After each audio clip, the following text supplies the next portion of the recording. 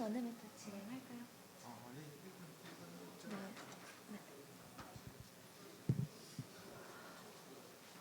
네, 잠시 안내 말씀드리겠습니다. 잠시 후 세미나가 시작될 예정입니다. 원활한 진행을 위해 오늘 참가해주신 참가자분들께서는 모두 착석 부탁드리겠고요. 아울러 갖고 계신 휴대전화는 무음이나 진동 모드로 바꿔주시면 감사합니다. 잠시 후에 다시 찾아뵙겠습니다.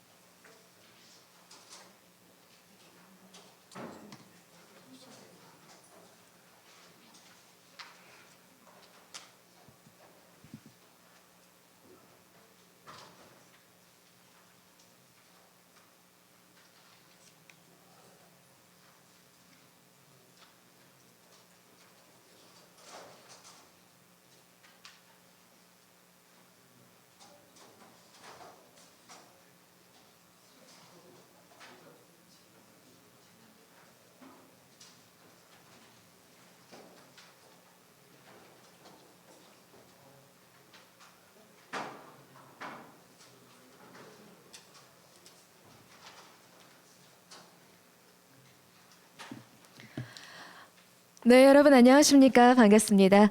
오늘 세미나에 참석해주신 모든 참가자분들을 진심으로 환영합니다. 저는 오늘 사회를 맡은 아나운서 장우주입니다. 이렇게 바쁘신 와중에도 자리를 함께 해주셔서 다시 한번 감사의 말씀드립니다. Good afternoon, everyone. It's my great pleasure to have you all for this event. My name is Uju Jang, the moderator for today. 네, 먼저 오늘 참석해주신 국토지리정보원장님의 뜻깊은 개회사로 세미나를 시작하겠습니다. First, we would like to invite the Director General of National Geographic Information Institute for the opening address. Please give a big round of applause. 네, 여러분 큰 박수 부탁드립니다.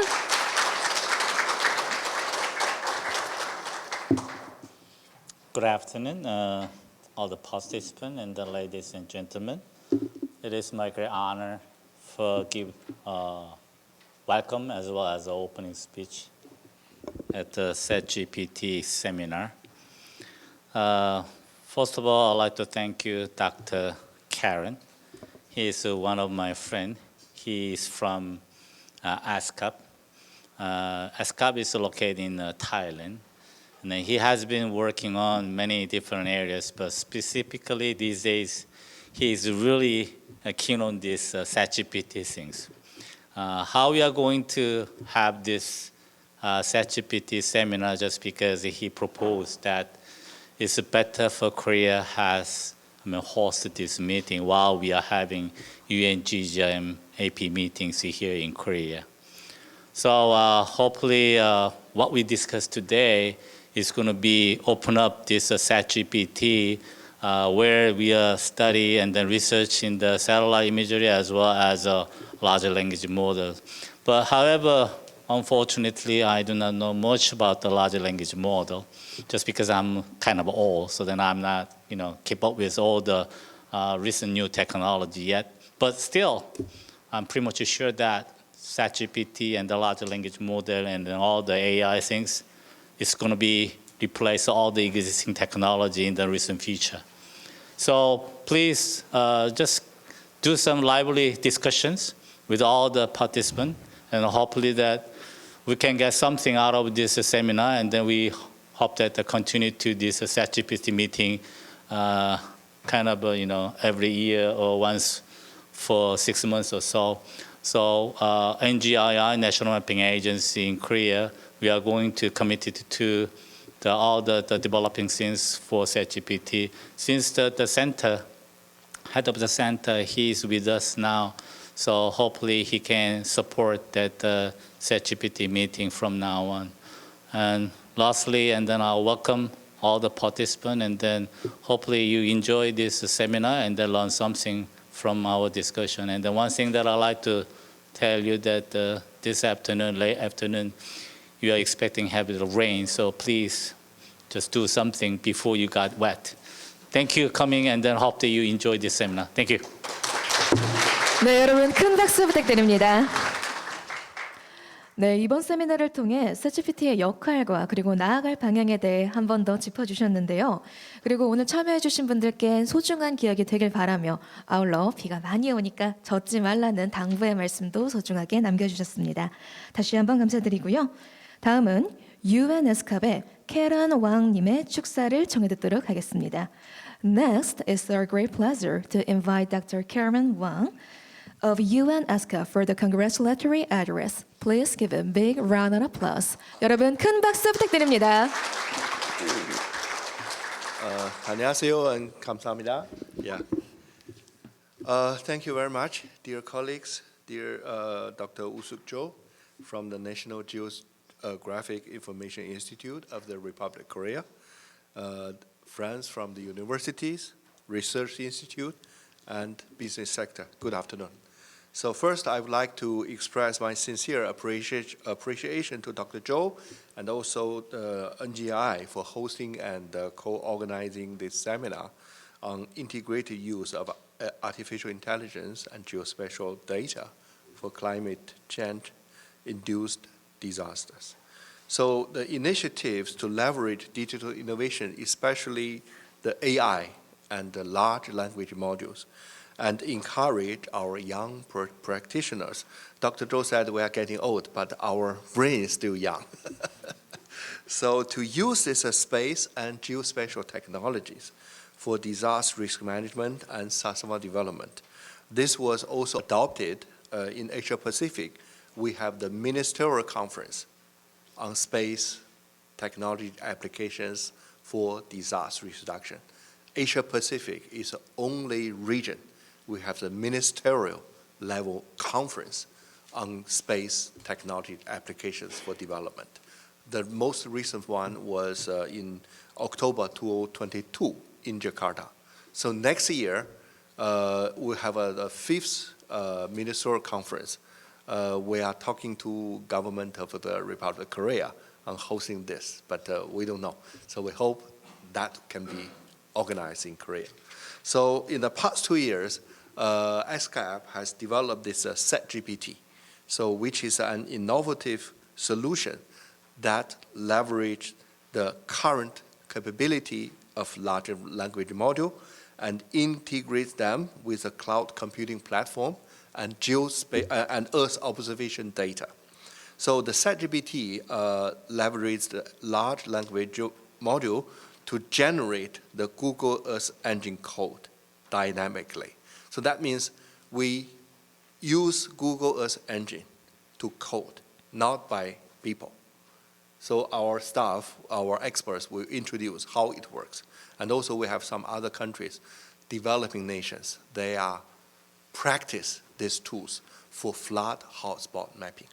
So this is one we use it to access this historical data. Now we can access the Landsat data for last 16 years and also for this Sentinel data, satellite data for flood risk mapping. So this integration of the large language module and the Google Earth Engine enhances the speed. Sometimes we can get the results less than 30 seconds. And accessibility and real-time capability for flood risk mapping and make it more accessible to non-specialists and supporting resilient disaster management practice. So our dream is that we use these geospatial tools like this Google map. You don't need to know what is behind, just insert where you want to go. So our tools will give you different solutions. The one the users has to do is press go. We don't want them to, to think about this. We have to have a satellite, we have to have a big server or a big team. But we hope we can give them some easy used tools to every day. So Asia Pacific is a hub of innovative solutions. Like in Korea, I can see many big teams that are working on the innovation. Today, we are gathering here to continue our journey towards utilizing AI and other digital innovation to support the local government and country in the region. In that room, many developing nations are getting together to take this opportunity to work to each other, to collaborate with each other. So dear colleagues, I think data has value. The value can be measured, right? Once the data has location and time, so the data from different sector can be interoperational. You just imagine, first time I meet with most of you, but these correlations from Dr. Zhou, he said, oh, my friend is coming from UN Escap to Gaoyang, right? And also our exhibition center, they will think, okay, we have a big event here. But the dealer on the ground floor, they say, oh, we have new business, new customers from India, from different countries. They need halal food, they need vegetarian. One data, these correlations has different interpretation, right? Data the same, but value are different. So this is something we need to use AI to realize, to measure this value. And also, I think the new era is coming. It is led by the user's need and driven by the AI and digital innovation. It's not for the future, it's for today, like what Dr. Zhou said at the opening of this global seminar this morning. So this is a time we have to take action. And the youth are the future of the human beings. If they are equipped with AI, they can fly faster, higher, and further. Similar for the nation. If the nation cannot use AI and digital technology, they will be left behind. There will be a new divide among countries. Doesn't matter they are rich or poor, high income or low income. So I think the future will be totally different very fast, very soon. So finally, our team will work closely with experts to operationalize and improve the module and tools. No one can deliver alone, but nothing is impossible. So let's work together. Thank you. Thanks for your address. 네, 이번 세미나의 성공적인 진행을 축하하는 소중한 말씀이었습니다. 박사님께 다시 한번 감사드립니다. 이렇게 의미 있는 개회사와 축사로 세미나의 포문을 열어보았는데요. 다음으로는 성공적인 진행을 기념하는 단체 사진 촬영이 있겠습니다.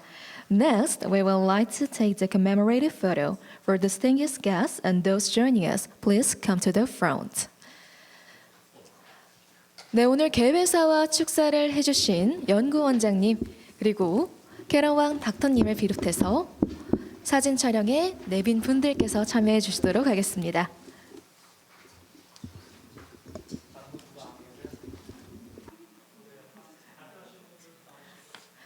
네, 발표자분들께서도 앞으로 나와주시면 감사하겠고요.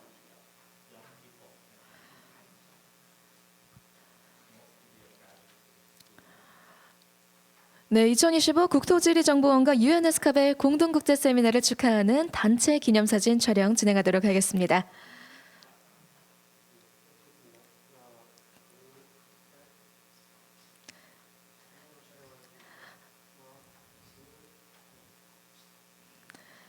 네, 오른손을 들고 한 번 더 촬영 진행하도록 하겠습니다. 이번 세미나의 성공적인 진행을 축하하는 의미입니다. 하나, 둘, 셋.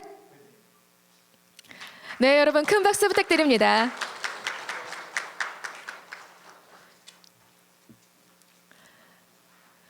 네, 이번 세미나 성공적으로 진행하고 있습니다. 모두 여러분의 협조 덕분에 진행하고 있는데요. 다시 한번 감사드리며 이제 본격적으로 오늘의 세미나를 시작하도록 하겠습니다. From now on, let the seminar begin. 네, 첫 번째 연사는 UN Escap의 Sheryl Rose Lace님인데요. 주제는 데이터 기반 의사결정과 혁신적인 성과 창출, 셋GPT 사례입니다. 먼저 강연에 앞서 관련 영상을 시청하도록 하겠습니다.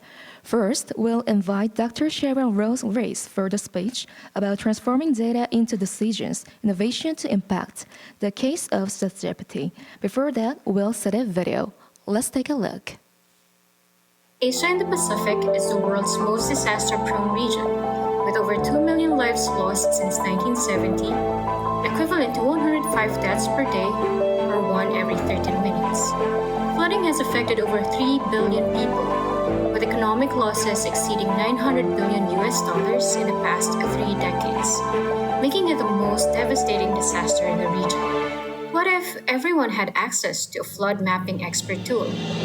Meet 셋GPT, an AI-driven geospatial tool that allows users from the Asia-Pacific region to generate cost-effective historical flood maps in just 1 minute.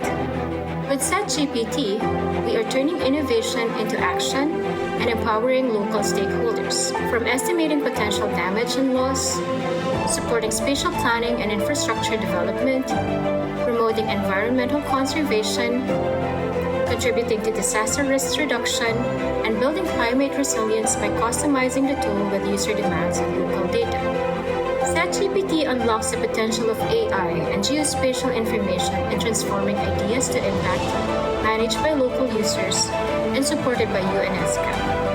Digital innovations are crucial for achieving the Sustainable Development Goals, providing us with the opportunity to focus on solving complex, real-world challenges.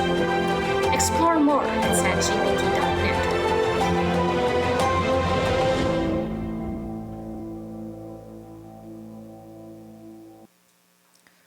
네, UNSCAP에서 준비한 셋GPT 관련 영상 시청하셨습니다. 이제 셰릴 로스 레이스님의 강연을 시작하도록 하겠습니다. After about 10 seconds, when the unmute request notification appears, please begin your presentation.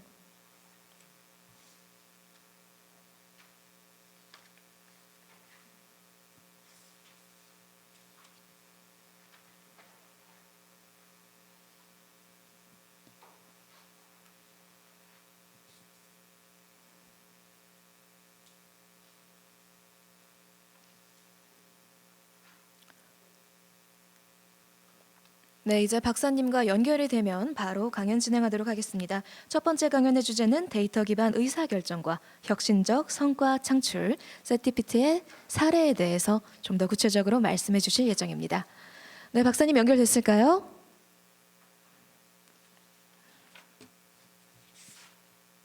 Hello, everyone. Good afternoon. Can you hear me? So, I think I will start with my presentation.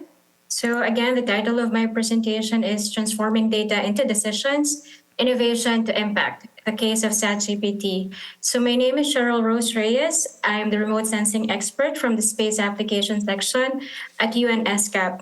We are based here in Bangkok.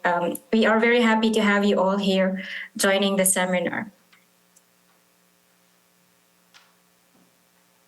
So let me begin my presentation by showing what are large language models and agents. So LLMs are AI systems trained on vast amounts of data that allow them to generate human-like language.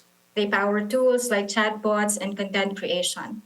AI agents take this further. So instead of just generating text, they can make decisions, interact with tools, and even automate tasks. So in summary, LLMs provide the knowledge while AI agents apply that knowledge to solve problems. In the context of geospatial applications, we can have a simple example of the use of traditional machine learning, which is land cover classification, where we need to identify different land cover classes, such as forest, water, or urban areas. But this specific task requires labeled data and usually has to be retrained every single time when you need to undertake the task or apply it to a different location. However, foundation models are different. They're trained on vast amounts of geographic data and can handle different tasks like mapping flood risks, detecting deforestation, or analyzing traffic without the need to retrain the models or the data every single time, which makes geospatial analysis much faster and more adaptable.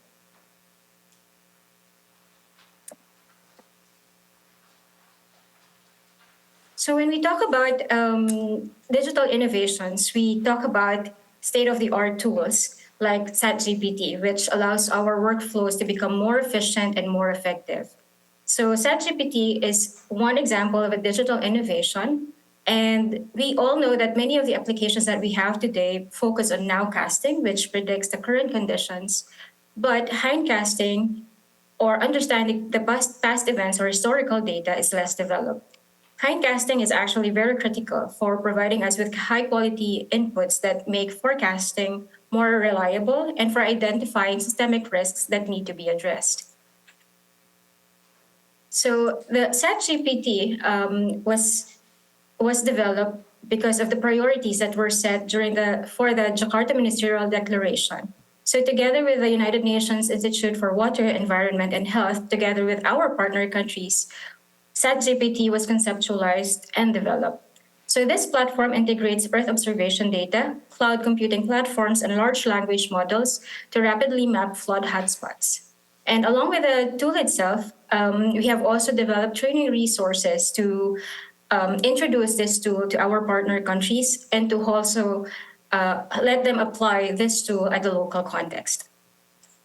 So this is the ChatGPT interface. It lets users map single flooding events, identify inundation hotspots, and you can also visualize this flood data together with other layers such as land cover data or 3D buildings. So ChatGPT was developed based on ethical AI and participatory modeling. So it works by allowing users to submit a flood mapping request through the user interface, and then ChatGPT generates the necessary code for Google Earth Engine to process and map the extent of flooding for the selected study area. And then this code, the results of this code is displayed in the ChatGPT interface, and users can also download this code for further analysis. So the first ChatGPT training was conducted in Jakarta, Indonesia in 2024. So this example is actually developed by one of the groups in this training where they mapped the economic losses from inundation in Karawang, Indonesia, which is a key agricultural area in the country. By estimating these monetary losses, the analysis showed how ChatGPT can support flood risk mapping and even inform ecosystem restoration. This study was also published as a conference paper and eventually won as one of the best papers for this conference. And this is also a very good study that demonstrated how a multi-platform geospatial approach can be undertaken for flood impact analysis.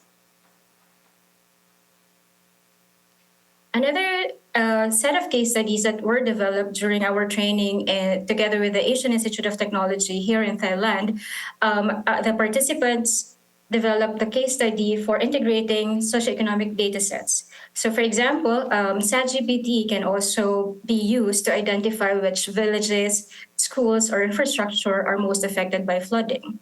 It can also help identify correlations with broader weather events, such as the example from Jakarta, such as El Nino and La Nina, providing insights for planning. Another example is in Laguna Lake in the Philippines, where communities face frequent flooding. And Laguna Lake is encompassing several municipalities and cities in the Philippines. By conducting time series analysis, ChatGPT can help assess the long-term impacts of flooding events and support better infrastructure planning. And it can also help in evaluating the effects of heavy rainfall in low-lying urban areas, such as the example from Tonga. More recently, we also hosted another training in Indonesia together with BRIN, where one of the groups also mapped out the impacts of inundation events for the different pump houses and pump stations in Jakarta. So this group was coming from the Jakarta Water Resources Agency, where they have tried to identify how vulnerable this critical infrastructure that helps mitigate urban flooding in the city. So this is one good example on how ChatGPT can also identify vulnerabilities for all those essential infrastructure that would be helpful in mitigating the impacts of flooding. Another example is was the example developed by the students from the University of Hong Kong, where they estimated the economic impacts of flooding events. So they linked the flooding data with the gross domestic product, and they found out that the cities like Nanjing, Guangzhou, and Hangzhou face some of the highest potential economic losses from flooding events. In addition, a study also comparing the results of SAT-GPT with traditional flood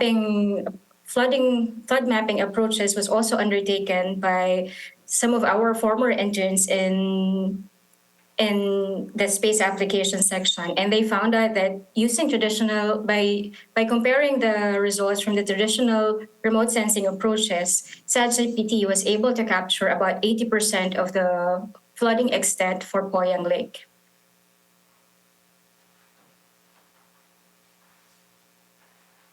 So what is next for SAT-GPT? So as you have seen, we have been conducting different trainings with our partner countries. So the goal for SAT-GPT is that we're developing all these case studies to also understand how SAT-GPT could be implemented at the local context based on the flooding scenarios where our participants would be more familiar with. And it also gives us the opportunity to allow participants to integrate local data and test different use cases. So these trainings also allow us to collect user feedback, which will help us improve SAT-GPT in the very near future. And it will also align with country priorities and practical needs. And also, partnerships are central to this SAT-GPT initiative. So by coordinating with agencies and different organizations, we also want to understand how AI solutions or digital innovations such as SAT-GPT can be integrated into existing disaster risk management systems. And we're also engaging the youth, enabling them to test and apply these digital innovations and promoting the independent use of SAT-GPT.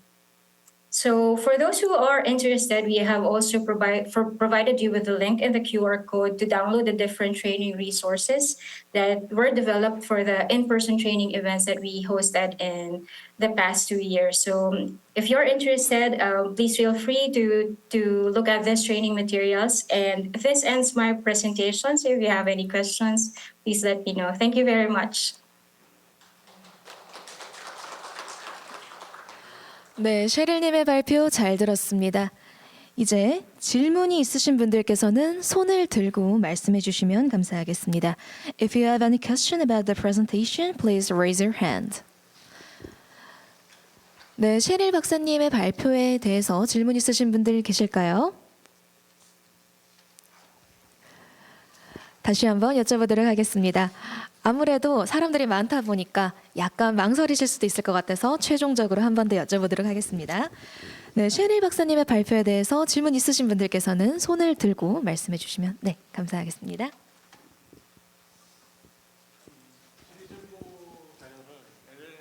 라지 랭귀지 모델에 적용했다라고 하는 부분은 잘 알겠는데 혹시 그러면 여기에서 쓰였던 영상들, 위성 영상들이나 구글 어스에 있는 그 영상들, 그리고 아까 말씀하셨던 랜셋이나 그리고 앞으로 또 우리 위성 영상 센터에서 올라올 영상들을 이런 부분들 영상들을 직접적으로 우리 활용하지는 않으셨는지 아니면 활용할 계획이 있으신 건지 여쭤보고 싶습니다. 영상의 사례를 여쭤보시는 걸까요?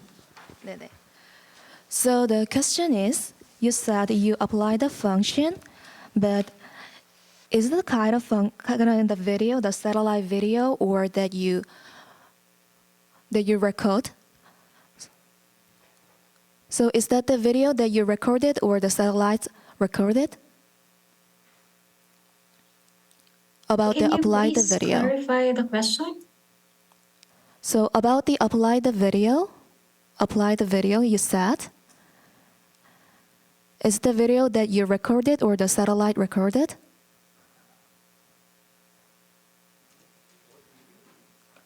Hello, can you please repeat What kind the of question? video? So she said she applied the functions to the video. So he asked about what kind of video she applied. 영상을 이미지로 해석하셨다고요? 아, 네네네. No, no, no. I'm sorry. Not about the video, satellite image.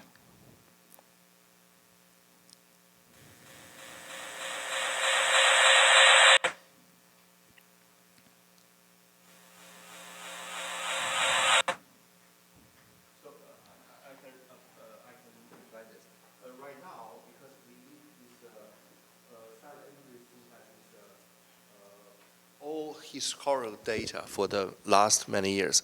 Now we use Sentinel, and also the Landsat data, because flood, we start from some disasters, more or less can repeat. If you see earthquake, we cannot. So we choose flood. Flood is the most serious disaster in the region. And then somehow it repeat. So we use Landsat data for last 16 years data, and also Sentinel data. Also, we are thinking to use Copernic data together. But if you have Korean satellite data, I think we also plan to open this source code, to give source code to everyone. Now we share this our pre-training materials with NGI. I don't know if NGI colleague can circulate with all the participants. It's open. And case study, we also can share. Previous training material is already online, so we share with all. So we ask everybody to try to whatever data you can do, even the literature record for the historical flood, because that Jakarta case, because in Jakarta they have 205 pump stations. One flood is coming, they have to pump the water out. So you can see from our tools, they just use 9 seconds for the historical decade. They find out, I think, 30 pump house is in high risk. And also another pump equipment is high risk. So this is what they haven't seen before. So by ChatGPT, they can find out this potential risk. Now we are using mainly the Landsat, Sentinel. Cheryl, what other satellite data we are using?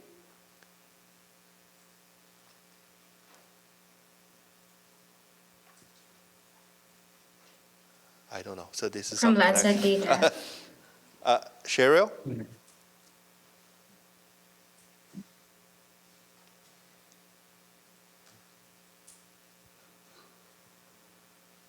Okay, no problem. We can provide more detailed Hello? answer to this question. Can you hear me? Yes, I can hear you. Okay, so Karen, currently we're using data products from Landsat data for the historical data from Landsat up to 2021 for SAT-GPT.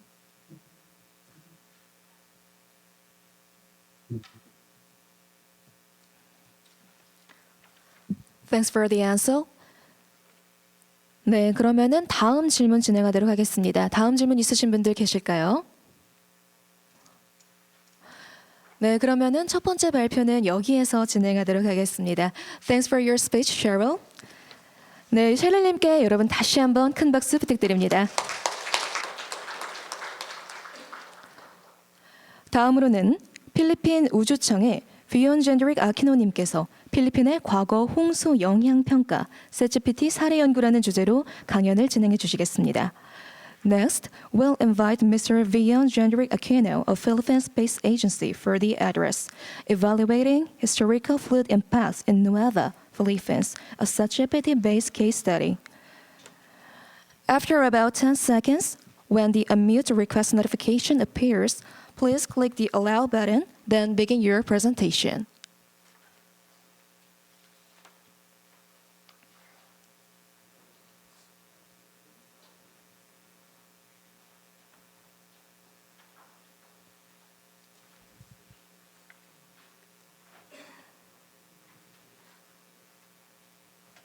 Hi guys, can you hear me? Okay, so good afternoon. I am Vion-Gendrick M. Aquino, a Science Research Specialist 1 from the Space Data Mobilization and Applications Division, or SDMAD, of PhilSA. Together with me are my colleagues from the Earth Sciences Space Mission Studies Division. So before discussing our case study, let me introduce to you our agency. So the Philippine Space Agency was established by the 11360, also known the Philippine Space Act. So it is the central government agency for all related space science and technology applications. So it is directly attached under the Office of the President, and together with that, the Philippine Space Council, consisting of several different agencies here in the Philippines. So we have the flagship program called Data Analytics, Technologies and Operation Services for Space Data, or DATOS. So in DATOS, we have to develop systems and tools for efficient utilization and distribution of satellite data for different applications such as environmental monitoring, resource assessment, damage assessment, and agricultural mapping. So in Datos, we have sub-programs called Dharma, Opera, OneMap, Menero, and Saka. So unfortunately, Menero is not active right now. So we will talk about all of them one by one. So for Dharma, Dharma means disaster, hazard, and risk mapping. So it is on-demand geospatial support before, during, and after disaster events using space data. And we have to develop rapid assessment workflows for disaster events because disaster is very crucial in timing, right? We have to save lives, potentially save lives, and mitigate damage in infrastructure. So under Dharma, we have the flood mapping, our most operationalized system, and it is actually operational even before PhilSA's time under the Department of Science and Technology. So around 2018, we map out flooding using SAR data, and we can see on the map the red are the flooded areas. So it's actually ongoing right now because there are typhoons here in the Philippines. So next, we have the ground motion map. Here we also use SAR data to map out ground subsidence and other tectonic related activities.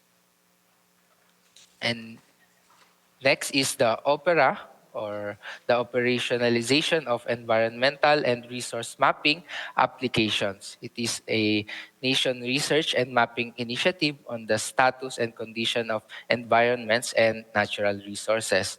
So basically, we integrate ground data and space data to map out different environmental factors, such as we have the mapping of gases for NO2 and SO2, and also the urban heat health risk.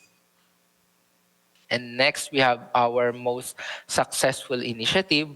Together with the Department of Environment and Natural Resources, we have collaborated with their regional offices or their satellite offices around the Philippines to validate our mangrove mapping using Sentinel, Pulsar, SRTM, and machine learning to map out the mangrove extents for the whole Philippines. So next, we have the benthic habitat mapping. Here we map out the seagrass and corals extent using Sentinel-2 data and bathymetric data. And the future use case is for detecting coral bleaching due to the changes in the environment. And next is the know-how technology transfer on the operational land use, land cover mapping, and change detection for Filipinos, or OneMap. Here we train local government units and national government agency on how to use the land cover map using GIS processing to address national issues and local issues. So here we have the land cover mapping for the whole Philippines, and it is for the year 2022. And next, we have SACA, or the Space Data and Information for Enhanced Agricultural Knowledge and Application.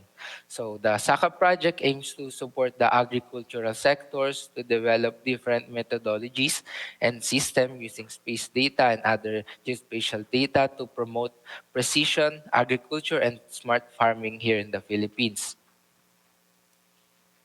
So under SACA, we have the corn mapping, and also we integrate field data and drone data to map out the crop stages of different crops, such as onion, corn, and rice.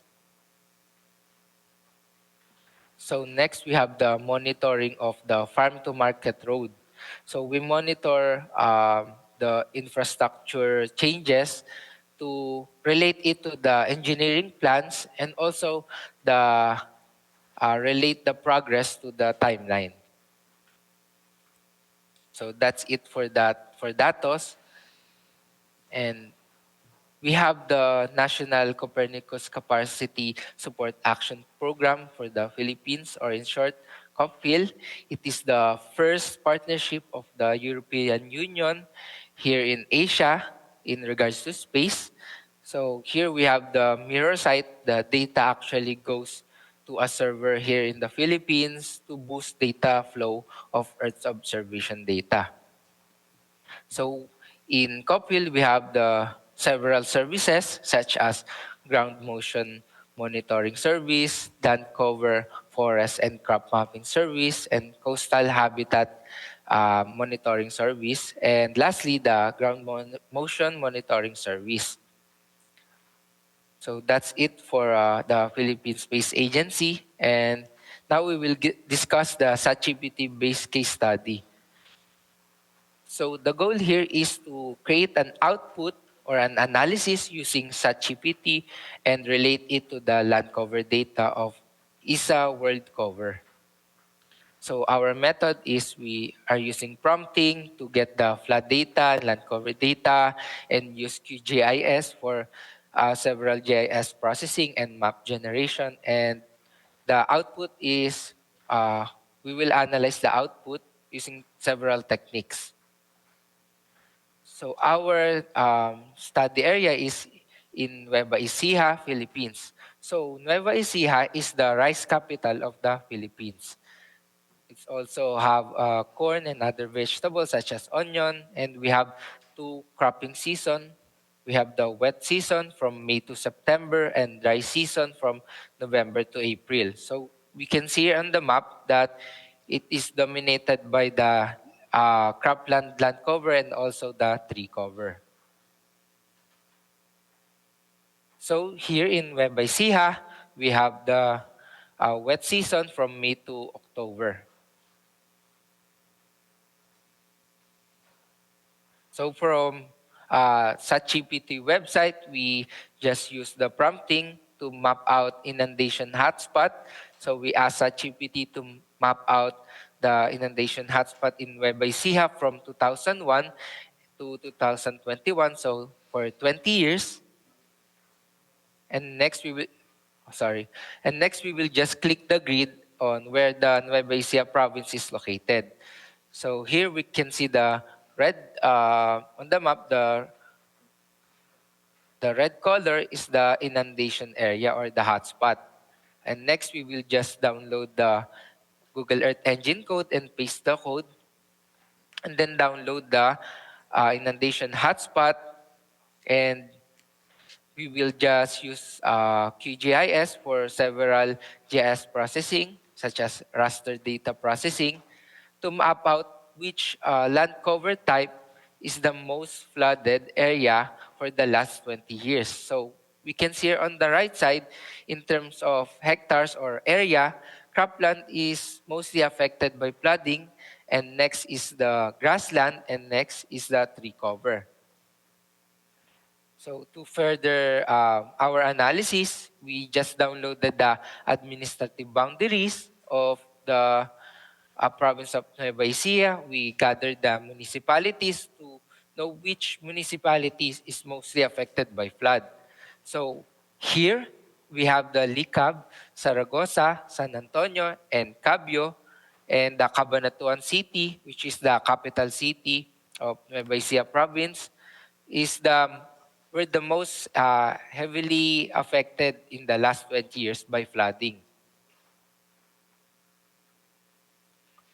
So in relation with this, we gathered the flood susceptibility map here in the Philippines to relate it to the SAT-GPT output. So we can see here on these are the provinces that was most heavily affected. So according to the flood susceptibility data, it is actually moderate to high susceptibility in flooding. So it agrees, the SAT-GPT result agrees with the flood susceptibility mapping here in the Philippines.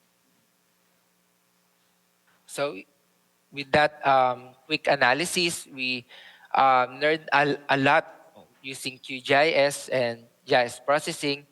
And I hope you learned something. And that's it for the Philippines. And thank you for listening.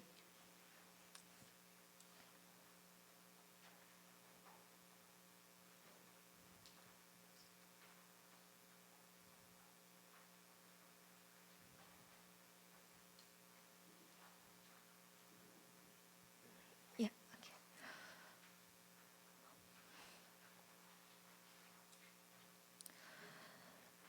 네, 과거 필리핀에서의 홍수를 평가하고 또 분석함으로써 앞으로의 상황에 대처하는 챗GPT의 사례가 인상적이었습니다.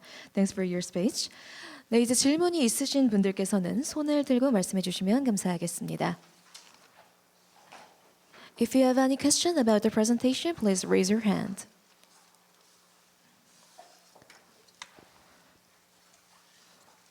네, 그러면 질문이 없는 것으로 정리하고 넘어가도록 하겠습니다. Thanks for your speech. It was so impressive. 네, 필리핀 우주청의 비욘 젠드릭 아키노님께 다시 한번 감사드리고요. 네, 다음으로는 태국 지리정보 우주기술개발청의 나타나이 푼신님입니다. 아쉽게도 오늘 줌으로 일정 때문에 참석하지 못하셔서 영상을 대신 녹화해 주셨다고 하는데요. 바로 태국 콘켄 지역의 홍수지도 분석에 대해서 보시도록 하겠습니다. Now we'll watch the video of Geoinformatics and Space Technology Development Agency, Thailand. It's about the fluid map analysis in Konkan, Thailand. Let's take a look. Hello, everyone. I am Natanai Pansin, and I'm a geoinformatics officer at the Geoinformatics and Space Technology Development Agency of Thailand. My work mainly focuses on AI and machine learning development, as well as the data science in the field of geoinformatics. I'm very excited to share our work during the SAT-GPT workshop in Thailand. Anyway, welcome to our presentation on the flood map analysis in Khon Kaen province, Thailand, which is conducted during the workshop in Thailand at AIT. This study is a part of the collaborative project between Thailand, Sri Lanka, and Singapore. Is aimed to share expertise and technology in flood management and geospatial analysis. The key part of the project involves using the SAT-GPT platform to download inundated area data for Khon Kaen provinces, which based on for our analysis. Led to the introduction part, the Khon Kaen is the major province in the northern eastern Thailand. It plays important role in the region economy and development.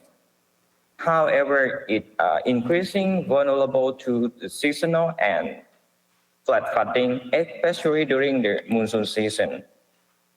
The key contributing factors include heavy monsoon rain, rapid urban expansion, and insufficient damage system.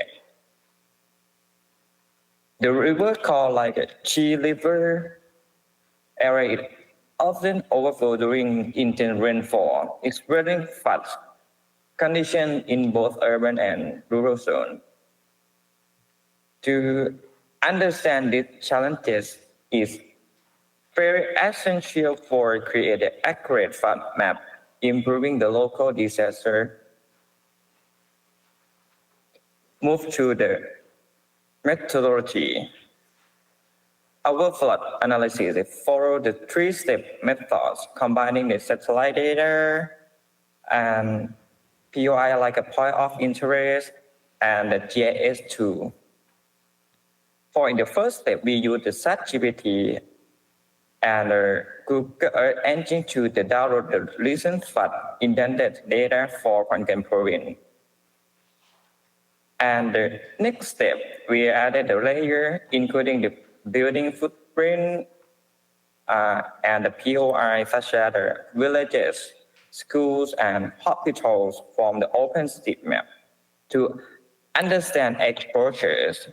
The final step, we use like a QGIS to overlay flood data and infrastructure layers that helping us identify high-risk flood zones and assess their impact on the communities and key facilities.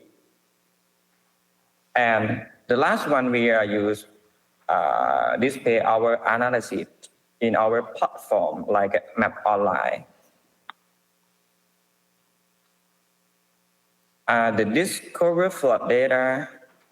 In this stage, we are focused on the discover and collecting flood data by using the ChatGPT, and we use this platform to visualize the flood overview in Khon province. Then we use this platform can download the Google Earth Engine code. We can download all the data by using the GEE code editor, and we also download this data from the Python scripting. The key data says we downloaded into the intended area, the permanent water, land cover, land use, population density, soil texture, and healthcare access. Together, these data sets provide a comprehensive foundation for the next step in the flood risk mapping. Okay, this is a map display two key elements like intended area in the red and the permanent water bodies is shown in blue. From the map, we can observe the intended area are concentration in two main zones. You will see in the first one in around the Ubon Rat Dam is northern part of the Khon province. And the second along the river called Chi River in the southern part of Khon province where heavy rainfall and river overflow. These patterns highlight how both topography and hydrological infrastructure influence flood risks in different regions of this province. And how to using the POI data for the flood link, we can identify the flood-prone schools, villages, hospitals, and we can plan safe evacuation routes, allocate emergency resources, improve early warning system, and support flood recovery after flood. That's all the POI is shown on this map on the left-hand side. And the next building footprint data in the map flood exposure building is estimate damage and impact, prioritize critical infrastructure, plan calculation or elevation, support urban flood resilience. This goal is smarter planning, reduce flood risks. And the flood-prone area, we download the data from 2014 to 2024. This identify flood-prone areas. We divided the list of flood-prone area into 3 categories. In the frequency, flooding is more than 7 times, and regular flooding is from 3 to 7 times. And the last one is less than 3 times. And the infrastructure data, we have villages, hospitals, and schools. For the final step, we display all of our data on map online. We use our platform provided by GISTA, called GISTA portals. And we use the data from ChatGPT and analyze data. In each spatial data, we upload all of the data in our platform. And then we show all of the data as a web map application. For the first map, indented area with the villages location, we are going to see the number of villages in affected flooded area. On the map, in the right-hand side, you're gonna see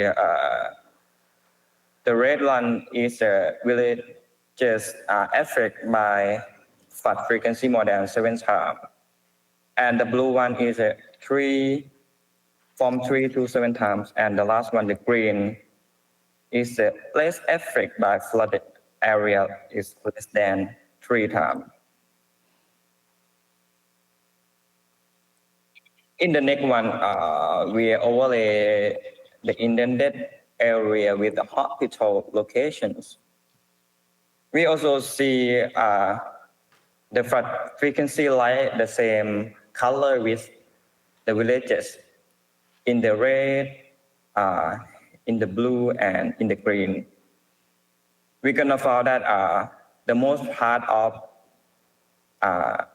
the red one of hospital affected more than 7 times is located in the northern part of the Khon Kaen province. And this one is the school locations. We plot all of the schools in Khon Kaen province. It always show the school affected by the indented area is more than 7 times. It is located in the northern part of the Thailand. And the most one is got the effect by flooded situation is around 15 times.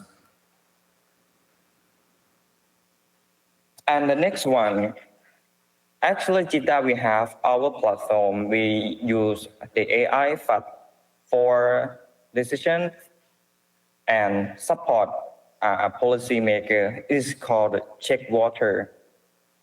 And this set a web application. It is our concept that we can integrate the both platform in the GISTA platform and the ChatGPT platform. In the data part, we have the instrument measurement from the station, like a level station and weather station, and we have our data lake that collect the CCTV data, weather data, and we have the satellite data like Earth observation satellite and like meteorological satellite. And next step, we are process this data in every 15 minutes and 1 hour to provide the risk area of the flood situation. In AI part, we use the several machine learning algorithm like to predict risk but risk forecast detect flooded area from the satellite and CCTV, and we are forecast the rainfall. And then we provide all of the services to our application called the Check Water. This web service is based on the OGC standard web map service, and we have the JSON format that can is like the standard format. And finally, the ChatGPT can integrate the data from ChatGPT like the flooded area and how to say it is large language models to combine together in the future. And this concludes our presentation on path analysis in content and our future. This mainly conducted using the ChatGPT platform and our technology. Thank you very much for your guys. We hope our work contributes to better flood resilience in our regions. Thank you.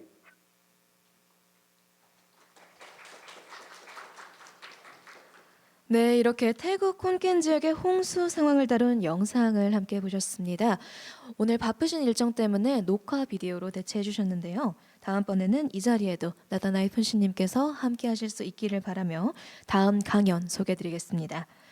다음은 인도네시아 국가연구혁신청의 에미야티님이 인도네시아 자카르타 보건의료시설의 홍수 취약성 분석이라는 주제로 강연을 해주시겠습니다.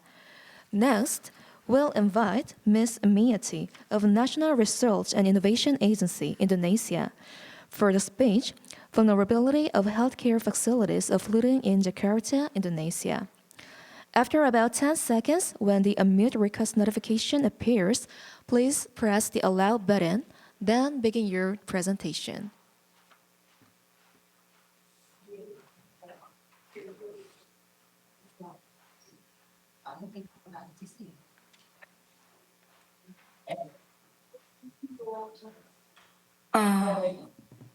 Okay, thank you.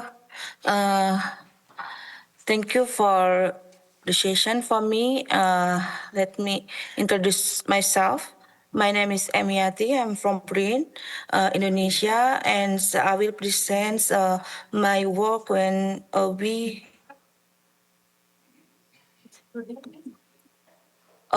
we studied in Thailand about ChatGPT application, and our topic about vulnerability of healthcare facilities to flood Jakarta, Indonesia. The timeline we use is 2011 to 2020. The background, we choose this topic because we need to assess the flood in Jakarta, which impact to infrastructure, because it is known that every year Jakarta is flooding. So we want to know what the facilities will be impacted, especially for healthcare, which is important for the social life and also the health in for Jakarta people. So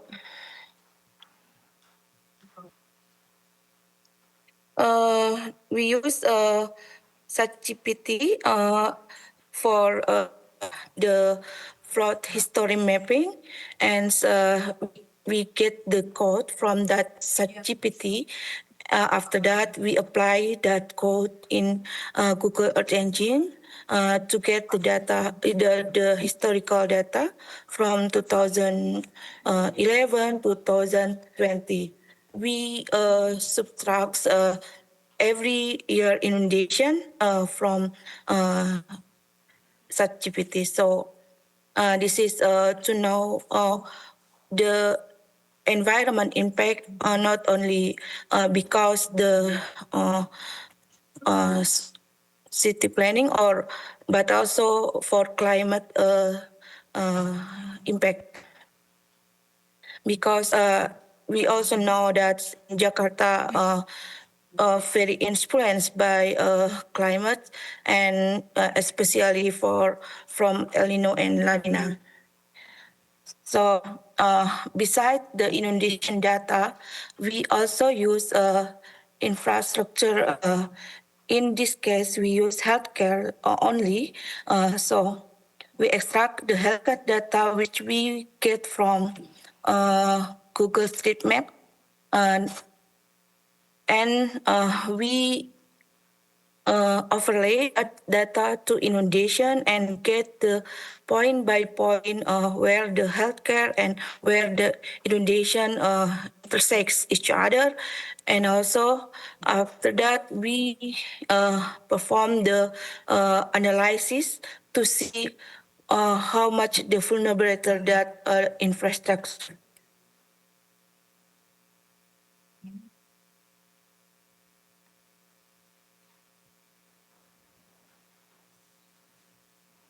So this is the result. We explored yearly inundation, which describe this graph. The x-axis mention the year from 2011 to 2022, and the y-axis is about the flood inundation number occurred in that time. The total number from 2011 and 2020 for inundation hotspot happened in Jakarta is about 18,161 areas, and we see the graph. It's increased from 2011 and 2000 to 2016, and the increase more in 2020. Here also can we see that in 2015 and 2016 there is a high increase the number of hotspots, which is there is something that affect the number of hotspots increase very high in this time. We suspect that there is a climate factor that influence that happen, and we see that after that 2016 there is a decrease, slightly decrease slightly the number of hotspots, but increase again in 2020. Which we also know in 2020 there start El Nino, and from the table we can see where the hospital which will impact when during the 10 years flooding, and we see that there is a number hospital, especially the big one in which name Harapan Kita, which flooding every year. So it's can be decide we should make attention to that area to prevent or to resilience, to give the resilience about when the flood occur in that time, and how to hence the flooding occur again for the future. And this graphic show yearly flooding area affected that hospital surrounding in Jakarta. So my conclusion, when we use ChatGPT, we can get a historical flooding, and we can overlay with our infrastructure. For example, my case is healthcare, but we can use to another infrastructure, maybe it's Thailand use for school or for another infrastructure. And so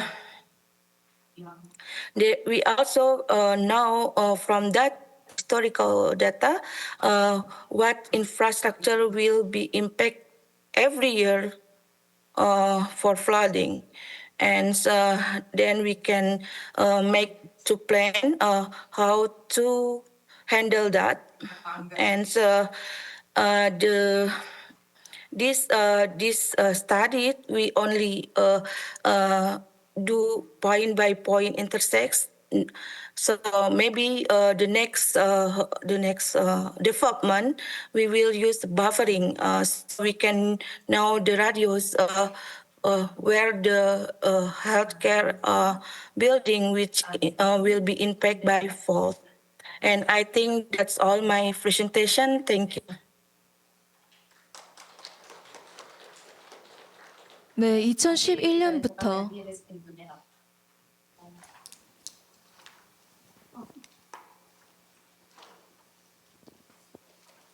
네, 2011년부터 2020년까지 10년간의 자카르타 보건의료시설이 홍수에 어떠한 방식으로 대처했는지 또 앞으로 어떻게 나아가야 하는지 알 수 있었던 강연이었습니다. Thanks for your analysis about the flooding in Jakarta through the decade. 네, 이제 질문이 있으신 분들께서는 손을 들고 말씀해 주시면 감사하겠습니다.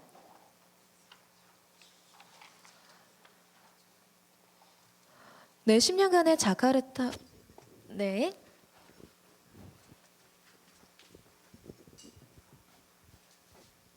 네, 챗GPT를 활용해서 분석을 해주셨는데 혹시 챗GPT 이전에는 어떤 식으로 분석을 하셨는지, 분석이 혹시 어려웠는데 챗GPT를 이용해서 훨씬 빠르고 쉬워졌다든지 그런 이야기를 좀 들려주셨으면 좋겠습니다. So you said you use ChatGPT through the analysis, but before ChatGPT, how did you analyze the flooding situation in Jakarta before ChatGPT?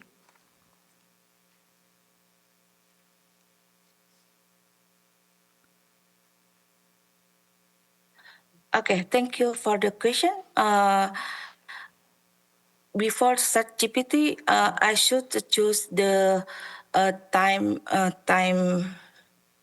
period for my study, and we asked before we found the Indonesian code. We asked the ChatGPT where and when Jakarta happened, the flood of Jakarta happened, and then we make question how long that and what facilities impact because of that.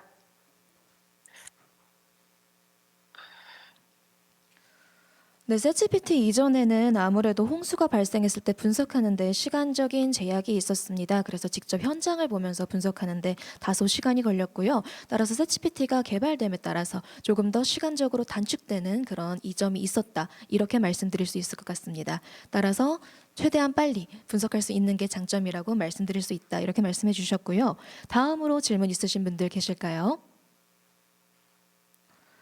네, 그러면 여기에서 종료하도록 하겠습니다. 인도네시아 자카르타 10년간의 홍수 상황에서도 챗GPT가 어떠한 방식으로 영향력을 발휘했는지 알 수 있었던 감사한 강연이었습니다. Thanks for your impressive speech. Thank you. 네, 다시 한번 감사드리고요. 이렇게 UN Escap에서 준비해 주신 4개의 강연을 모두 들어보았습니다. 아시아 태평양에 있는 각국에 대해서 자세히 알 수 있었던 그런 상황이었는데요. 이제는 텔레픽스 주식회사의 위성 특화 기술에 대해서도 알아보고자 합니다. We've just finished first speeches presented by UN Escap, and now we would like to invite Ms. Gon Darungse, the Managing Director of Telefix, for the introduction of satellite specialized LMM technology. Please give a big hand. 네, 텔레픽스의 권다롱세 상무님입니다. 여러분 큰 박수 부탁드립니다.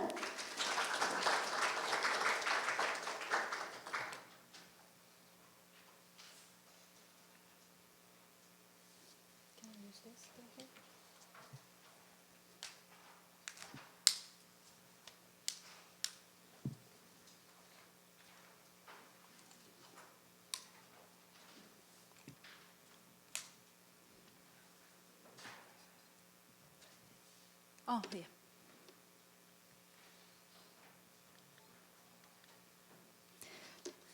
Good afternoon. Thank you for giving me this chance to speak today. My name is Darongse Kwan, and I'm leading the Data Science Division at Telepix. As a data scientist, I see satellite data as a promising new source of information. Satellite data gives us powerful ways to explore and tackle important challenges on our planet. Our company does more than just use satellites. We also design and build our own satellite systems. This helps us access up-to-date and reliable data quickly. Our team has strong experience. Many of our core members have worked across government agencies, research institutes, and private companies, both in Korea and internationally. This diverse background gives us the skills to use satellite data effectively and solve real-world problems. Our key team members have worked on large national satellite projects.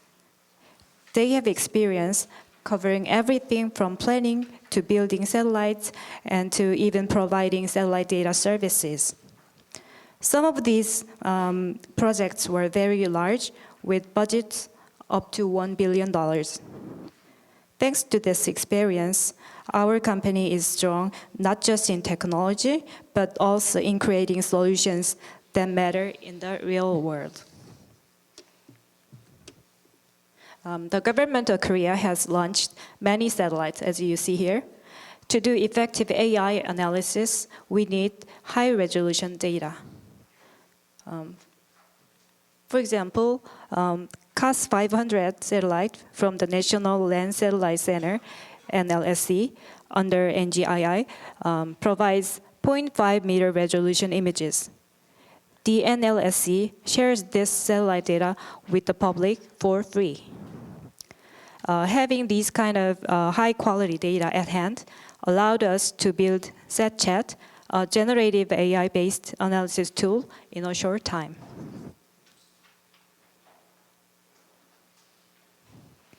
Next, I want to give an overview of our products. We develop solutions that cover the entire satellite workflow. First, we develop AI solutions primarily using high-resolution images with a spatial resolution of 0.5 meters or so. Because high-resolution images are very expensive, we also created Bluebond, a satellite with 4.8-meter resolution that is more cost-effective.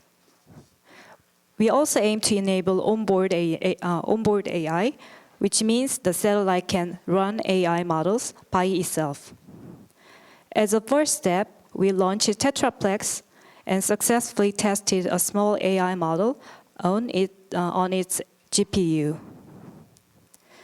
For full AI applications, however, our main focus is Shuet, a satellite with 0.5-meter GSD. For reference, the CAS 500 satellite is called CAS 500 because its mass is 500 kilograms.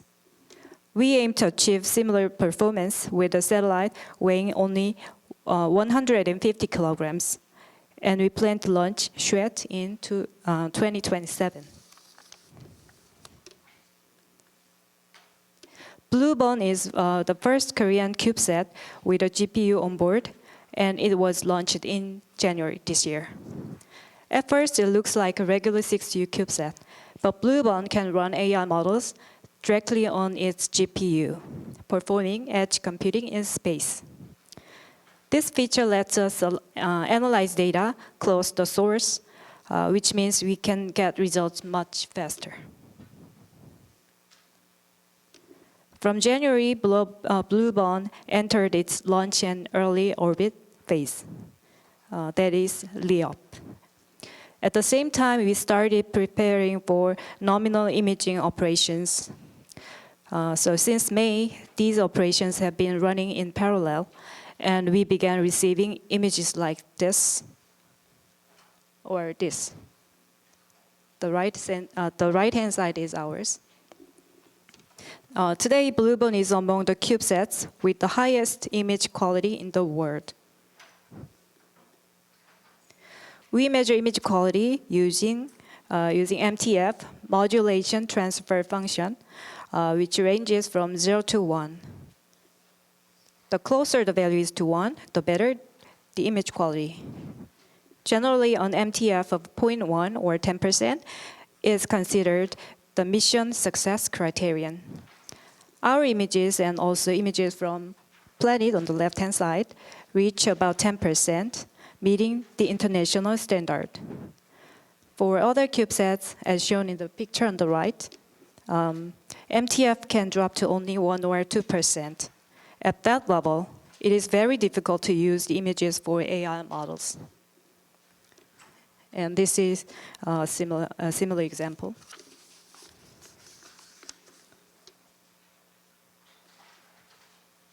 Yeah, we have successfully built and launched our satellite. As data scientists, we now have a steady supply of high-quality data. The key question is, how can we turn this data into real value for decision makers? Our major challenge is that many reporting tasks are still manual and time-consuming.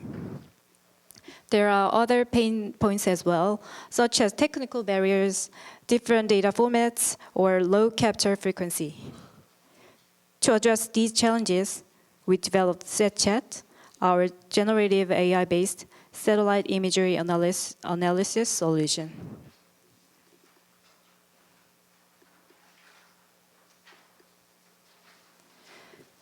SatChat is a single platform where you can do everything using natural language questions. With SatChat, you can search for satellite images, analyze the data, and automatically generate reports. It has a chat interface similar to ChatGPT, and next to it, you can see maps and satellite images. You can interact with both, moving seamlessly between the chat and the imagery. This makes it much easier and faster for decision makers to get the insights they need. Currently, SatChat can use free satellite data from our own satellite, and planet data like Planiscope or SkySat. In the future, we plan to expand the sources through partnerships, including very high-resolution imagery and SAR data.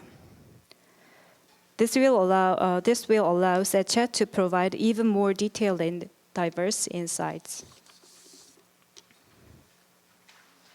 The core function of SatChat is probably satellite imagery analysis. We have our own AI models integrated into the platform, and we plan to continuously expand them. Currently, the models include various object detection tasks like vehicle detection here and vessel detection here.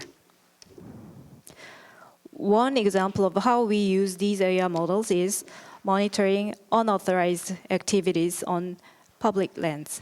By the way, this slide is not included on the material book, sorry. For instance, the system can detect illegal parking, storage of materials, small-scale farming, or temporary structures, all illegal happening on public lands, as shown in the picture. SatChat can also compare before and after before and after satellite images to track changes over time.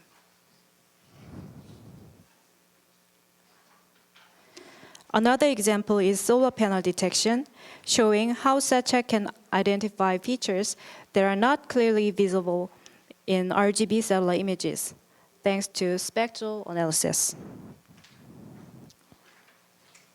SATCHEC can also monitor long-term changes in natural environments, such as mangrove forests from 2017 to 2025. We use a high-performance spectral-based algorithm for floating algae detection. Floating algae are often hard to see in true color images, like on the top left here. But our algorithm can not only detect them, but also measure them quantitatively, as on the right side. You can see that compared to other existing methods, our algorithm effectively removes background noise and provides much clearer results. SATCHEC does more than just analyze a given image. It can search past reports, technical documents, and scientific papers to provide a comprehensive conclusion. You can also view the source links for the information it uses. This helps minimize hallucination, which is a common issue with generative AI.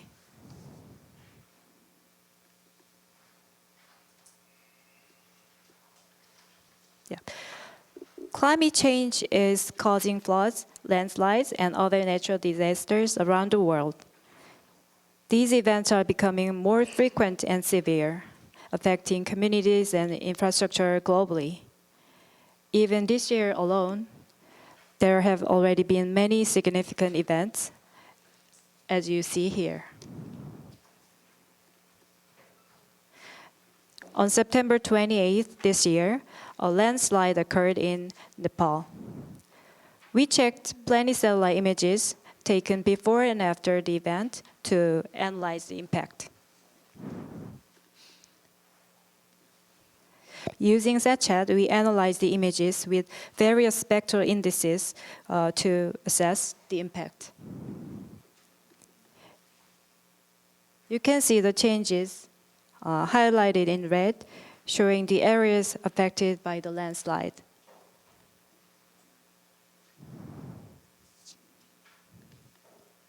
SATCHEC can also generate a natural language report immediately, covering change detection results as well as other analysis results. And the report includes quantitative analysis with precise measurements, helping decision makers clearly see what's happening.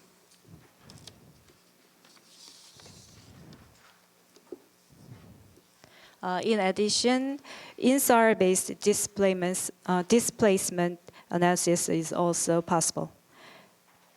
And in the future, SATCHEC could be used for landslide prediction and hazard mapping, hopefully.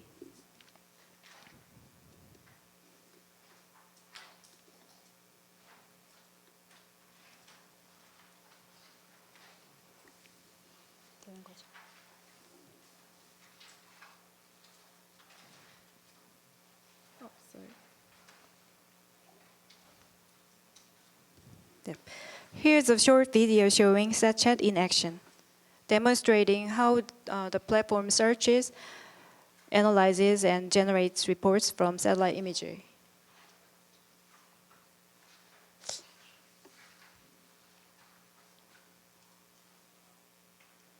Ours is playing. Could you click? Oh, yeah. In the video, you can see an urban change analysis in Indonesia. First, we search for satellite images by typing "find all images in Pantai Indah Kapuk 2. Sorry, Pantai Indah Kapuk 2 is a name of an area in Indonesia. Then the images can be rendered on the map on the right. And if we select 2 images and ask the chat to analyze the changes, it generates a natural language report. Yeah, you'll see soon, sorry.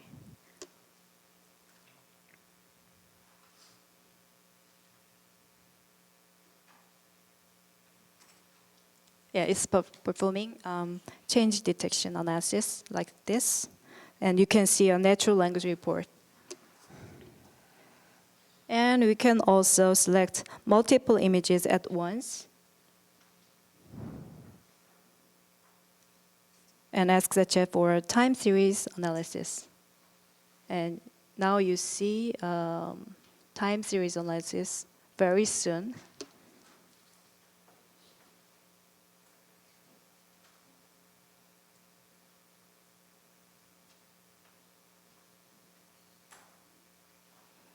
You know, ChatGPT is sometimes slow too, right? So, yeah.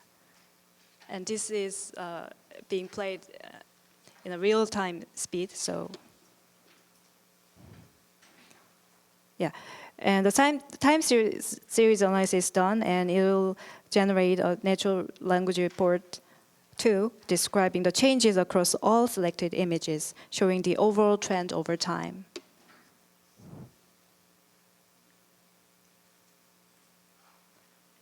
So this is all I prepared for today. So thank you for your attention. I hope this presentation gave you a clear idea of how SatChat and our satellites can help analyze and understand changes on Earth. We are excited about the possibilities ahead and look forward to bringing more insights from space to support decision makers. And we have a booth at KGO Festa held across the street at the first exhibition hall today through the day after tomorrow. So please stop by and visit us. Thank you. 네, 권다롱 상무님께 여러분 다시 한번 큰 박수 부탁드립니다. 네, LMM 기술에 대해서 말씀해 주셨는데요. 네, 권다롱 상무님께 질문이 있으신 분들께서는 손을 마이크 전달드리겠습니다. 예, 발표 잘 들었습니다. 여쭤볼 게 하나 있는데 발표 자료에 중간에 위성 영상들이 있고 MTF 있는 자료에 대해서요. 네네. 거기 오른쪽에 있는 3번째 위성 영상이 네. 저희 회사의 위성 영상인 옵저버 1A 영상인데요. 아, 네네. 저희가 아는 바로는 저희의 그 영상 원본은 공개되지 않은 것으로 알고 있는데 원본 맞습니다. 영상 없이 MTF 계산이 가능한지 좀 궁금합니다. 아, 그거는 맞아요. 저희가 맞아 설명을 드리는 게 맞습니다. 저희가 원본 당연히 없었고 원본이 아닌 걸로 했기 때문에 그거는 감안해야 되는데 제가 언급드리지 못한 점 정말 죄송하게 생각합니다. 네. 그러면 원본이 아닌 영상으로 MTF를 계산해서 발표자 쓰신 거죠? 네, 맞습니다. 예, 그거는 맞고요. 그랬을 때 그 해상도가 아무래도 좀 떨어지게 되면 MTF가 떨어지는 것은 사실입니다.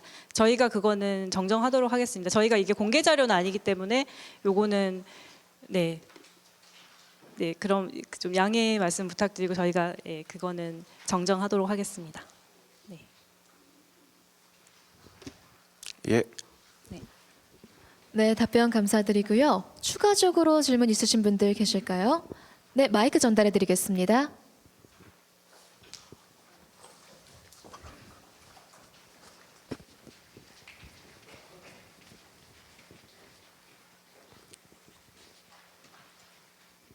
저는 국가연구개발 기획을 주로 한 20년간 하고 있는 사람입니다. 지금 영상을 보면은 위성 영상을 가지고 어떤 재난의 비포 앤 애프터로 주로 많이 보여주고 있고 그 기술은 굉장히 파퓰러하고 다 아는 기술입니다. 근데 우리나라가 앞으로 가려는 그 방향 중에 하나가 재영향 평가 같은 게 있는데 사전에 알고 싶은 겁니다. 가령 재영향 평가를 하는데 어떤 지역을 개발하는데 이게 비가 어느 정도가 홍수가 어느 정도 오면은 여기가 산사태가 날까 안 날까 이걸 미리 예측하고 싶은 겁니다. 그래서 그런 것을 하려는 것이 재영향 평가의 그 사전 검토거든요. 그런 게 현재 기술로 이게 가능할지 아니면 미래에 이게 가능할지 이거 한번 말씀해 주시면 고맙겠습니다. 제 영향 평가는 현재보다는 과거의 데이터를 가지고 미래를 예측을 잘해야 되는 것인데 현재 나온 저희가 그 위성 영상 분석 알고리즘 기술들은 많이 발전을 했지만 그것으로 또 예측을 하는 것은 또 다른 문제여서요. 뭐 머신러닝이나 뭐 딥러닝을 사용해서 뭐 숫자들을 과거의 숫자들을 가지고 미래에 어떤 숫자를 예측되는지 그 예측 모델을 별도의 노력을 기울여서 개발을 해야 된다고 판단됩니다. 네. 그 부분도 기술적으로는 이제 점점 데이터도 많아지고 분석 기술도 발전하기 때문에 발전이 있을 거라고 저는 생각하고 있습니다. 네, 답변 다시 한번 감사드립니다. 추가적으로 권다롱재 상무님께 질문 있으신 분들께서는 손을 들어주시면 마이크 전달드리도록 하겠습니다. 네, 추가 질문 있으실까요? 안녕하십니까. 발표 잘 들었습니다. 그 세챗에서 그 AI를 사용자가 지정을 하면은 네. 그 위성 데이터를 뭐 데이터 DB에 이미 가지고 있든지 아니면은 그때 바로 다운받아서 사용하는지 그 부분이 좀 궁금해서 질문드립니다. 네. 저희가 AI를 지정하면 저희 DB 또는 저희가 이제 파트너십을 통해서 또는 무료 위성 API를 통해서 가져오고 있기 때문에 실시간으로 그 아카이브를 그쪽 API를 통해서 아카이브 검색까지 해서 조회를 해줍니다. 저희 DB에 있는 것뿐만 아니라 그래서 네, 저희가 파트너십은 향후에도 계속 확대할 계획으로 있고요. 그래서 AI 입력하자마자 실시간으로 조회해서 렌더링 및 분석을 해주는 것이 가능합니다. 네, 답변 감사합니다. 그리고 캐런 왕 박사님께서도 질문이 있다고 하시는데요.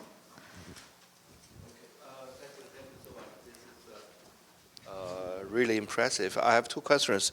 First one, if you use this set chat, right? Yes. Set chat, if I want to see the change of the area, so I can insert, right? Right. So this is globally or in the Asia Pacific region or only in Korea? Not only in Korea, we can do it globally. Globally, Yeah, any right? place in the world. Yeah. Okay, so maybe they can put together with the satellite, SatGPT, because course, yeah. Yeah, this map things and also data things is very important. Second, I think you use GPU on board, right? Oh, right. Yeah. I don't know because we are also pushing this onboard processing. Because traditionally, most of the existing satellite, they transmit back the original data, right, from the satellite, from this CCD. Just they send back all this data, Right. original raw data. So if you use GPU or some kind of this programmable chips, do you think to onboard processing? Because right now the data we have for example, this Landsat, Sanito, Copernic, it's enough to train this algorithm to capture. For example, if I want to do this rise monitoring, I think the data now is enough Right. to train this to get an algorithm to capture by the satellite the rise condition all over the world, right? So in the future, we are still thinking about this. In the future, you don't need to send all this raw data back, but just send out the result. Oh, right. Yeah. That's Just several key, right? It's not several hundred megabits, Right. because 40% maybe just the cloud or something not changed. So just monitor what we want. So Right. this is AI on space. right. This That's is the future. exact- This is the future because in Right. Korea you have this Samsung, you have this cheap company, but our new generation of satellite we should design like this, and also this is for the business because if some company they develop this thematic scanner just for some purpose, for example for the agriculture, for the forestry, for mining. So this kind of a scanner can be installed to different satellite, right? Right. So because the bandwidth, they don't need a very huge bandwidth, just several KB. So this might be our future, not on the ground, but on board. So may consider this. Yeah, thank you. That's exactly what we aim to achieve. So it's definitely not a question. Thank you, Dr. Wang, for your insightful opinion. I totally agree. 네, 답변 감사드립니다. 추가적으로 질문 있으신 분들께서는 손을 들어주시면 감사하겠습니다. 네, 마이크 전달드리겠습니다.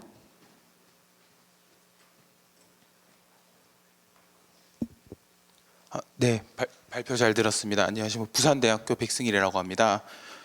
블루본 위성에 관련해서 질문드릴 게 있는데 해당 위성이 이제 5m급 해상도 정도로 보이는데 재방문 시기가 향후의 목표로 얼마나 확보가 가능할지랑 그 다음에 지금 그 다분강 센서라고 들었습니다. 밴드를 몇 개 정도 제공하는지도 일단 궁금하고, 네, 두 번째로 이제 활용 부분에서 해양 그 블루 카본에 대해서도 이제 탐지나 이런 추정에 대해서 네, 활용이 가능할 거라 했는데 이제 블루 카본은 제가 아는 걸로도 육상 위에 있는 맹그로브나 이런 것 말고도 수중에 있는 블루 카본들도 향후에 이런 게 개발될 건지 아니면 활용되고 있는지가 궁금합니다. 네, 제가 질문을 순서를 다 기억 못하는데 첫 번째가 재방문 주기가 첫 번째 질문이었을까요? 재방문 주기는 제가 그 하드웨어 파트가 아니다 보니까 정확히 기억은 못하는데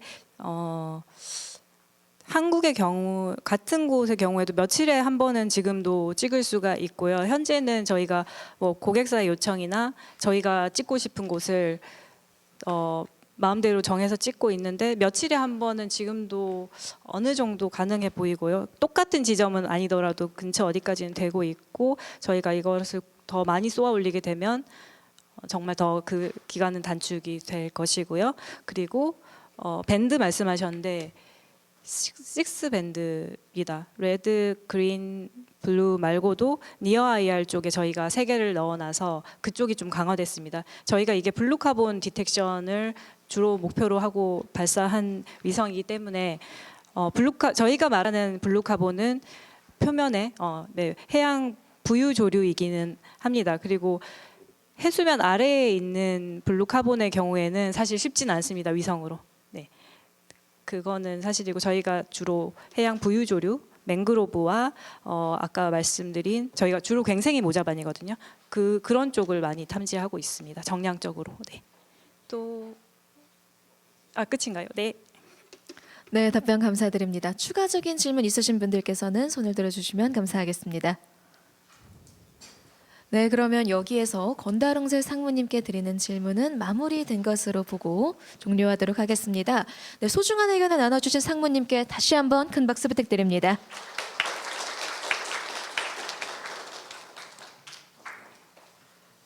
네, 그리고 깊은 인사이트를 많은 참가자분들께서 나눠주셨는데요. 이에 대해서도 다시 한번 감사드립니다.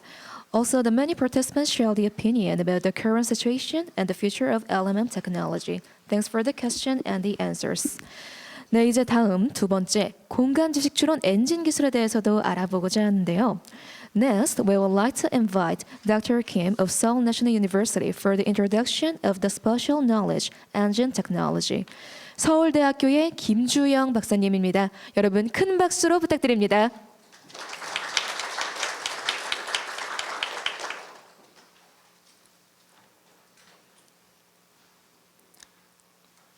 Good afternoon, everyone.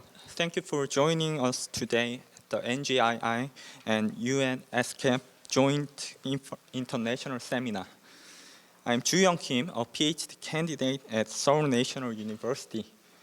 Today, I'm excited to present our groundbreaking project, developing the Spatial Knowledge Inference Engine, or SKI for short.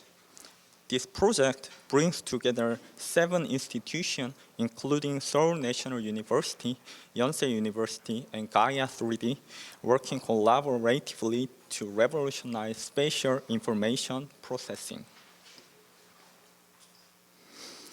Today, I will guide you through 3 main areas of our project. We will start with a comprehensive overview, our research development. Then I will walk you through our research goals and introduce the specialized teams working to achieve them. Finally, I will show you practical application of SKI across various sectors. Let me explain our research development overview. We are currently in the fourth year of this 5-year project, making steady progress toward our goals. Our primary research aim is the development of a spatial knowledge inference engine, or SKI for short. SKI is an advanced AI engine specialized in spatial search, spatial analysis, spatial question answering. What makes this technology particularly innovative is its ability to process and understand spatial information through various means. We have set 3 main objectives for this project. First, we aim to develop an intelligent spatial information platform that enables natural language-based spatial reasoning. This will significantly enhance user accessibility, allowing people to interact with spatial data in a more intuitive way. Second, we are focusing on developing spatial knowledge inference technologies. This involves integrating AI-based processors, a comprehensive knowledge base, and advanced spatial analytics to create a robust system. Finally, our goal is to advance spatial information services through AI-powered solutions that can be applied in both public and private sectors. This will revolutionize how we interact with and utilize spatial data. To bring this vision to life, we've organized our project into 3 specialized research teams. Each team has its own focus, but they work together seamlessly to create a comprehensive solution. Our first team is dedicated to developing the core SKI framework.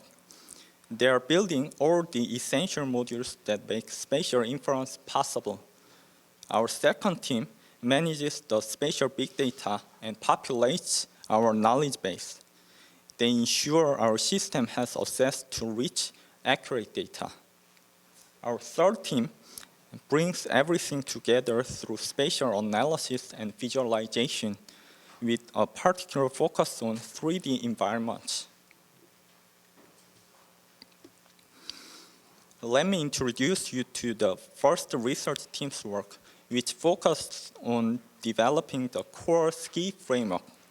This team is building the fundamental architecture that enables our system to understand and process spatial queries intelligently through advanced LLM integration. The team's first key focus is the topic and keyword modules. These modules are designed to handle various types of natural language inputs. Once the input is received, the topic module identifies the main subject and intent of the query, while the keyword module extracts and analyzes spatial elements and their relationships. We've also developed 2 types of specialized processors, metaprocessor and logic processors.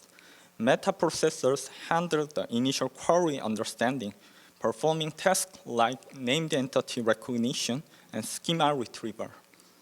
A logic processor then takes this processed information and convert it into graphical language, applying spatial reasoning rules and query optimization techniques leveraging LLM-powered semantic understanding.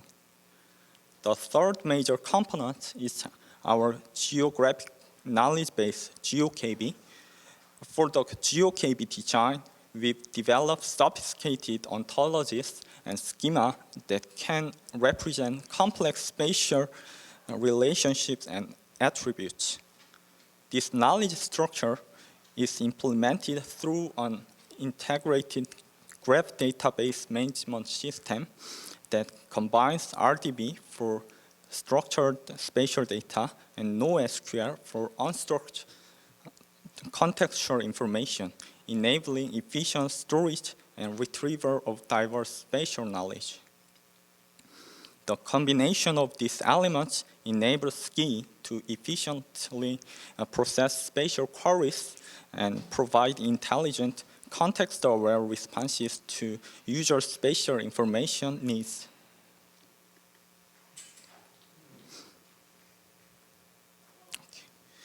The second research team is responsible for building and managing the data infrastructure that powers our GeoKB.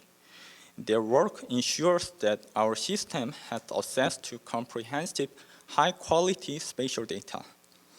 At the heart of their work is the development of our data factory and federation systems.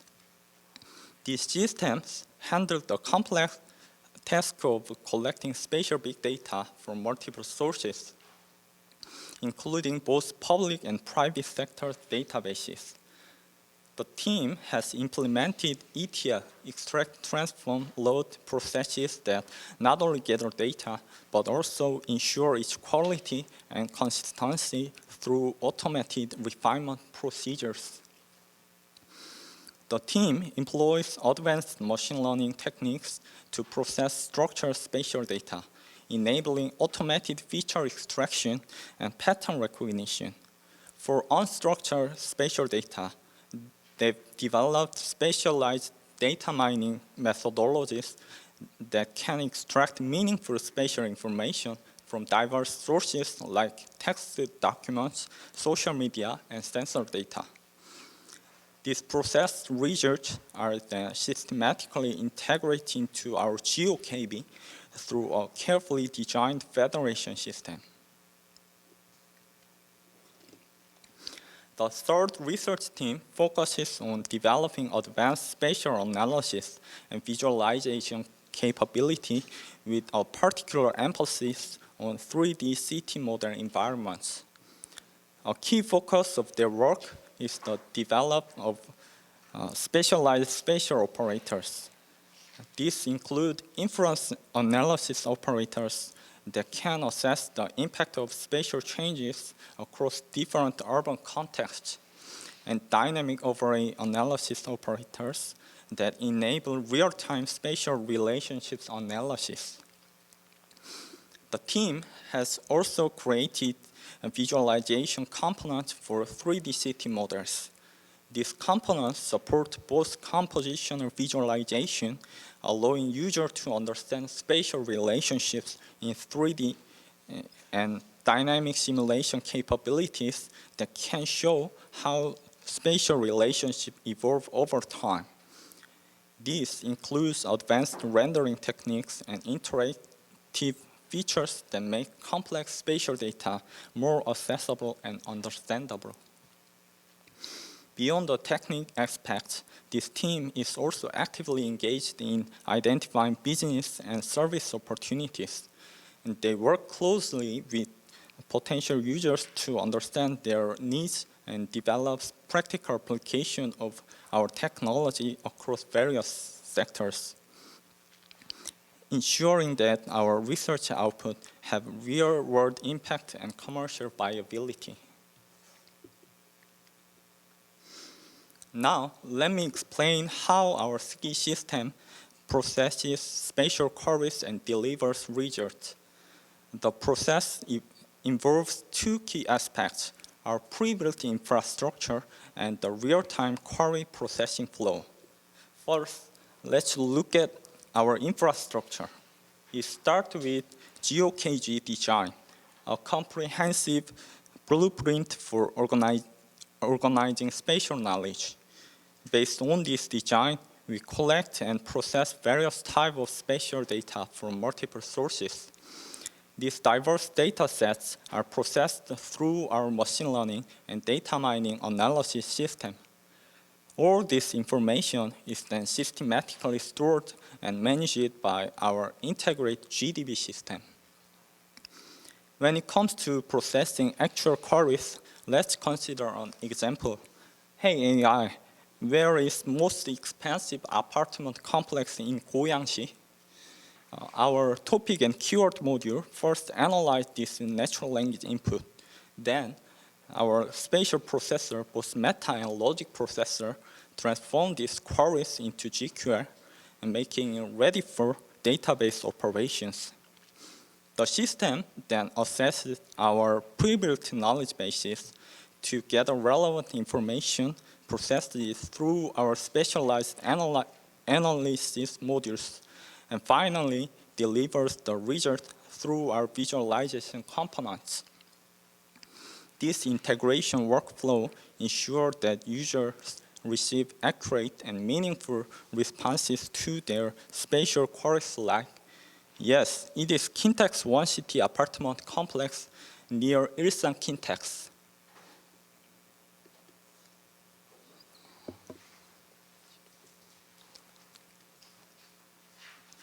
Now, I will show you a short demo video of our ski system actually work. And this video will demonstrate how effectively our system understands and processes users' natural language queries. This first demonstration shows a query for attribute information about a single object. As you can see, a user asks the construction company and parking capacity per household for a specific apartment. Ski instantly pinpoints the location on the 3D map and accurately retrieve the request information from our knowledge base.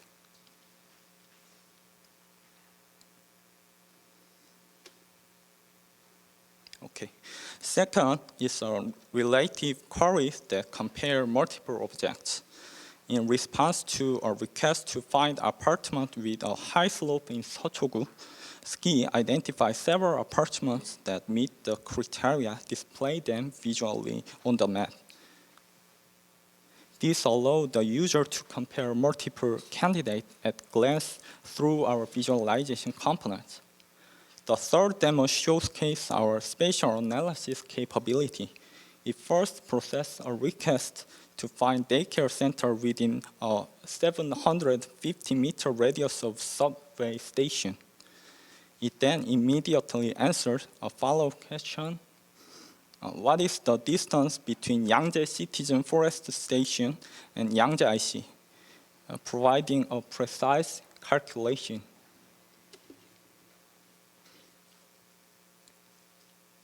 Finally, we have complex queries specialized for the real estate domain. First, Ski processes a specific question. How many 30평 전세 listings are available for Remian Seocho STG apartments? Following that, it goes beyond structured data to analysis.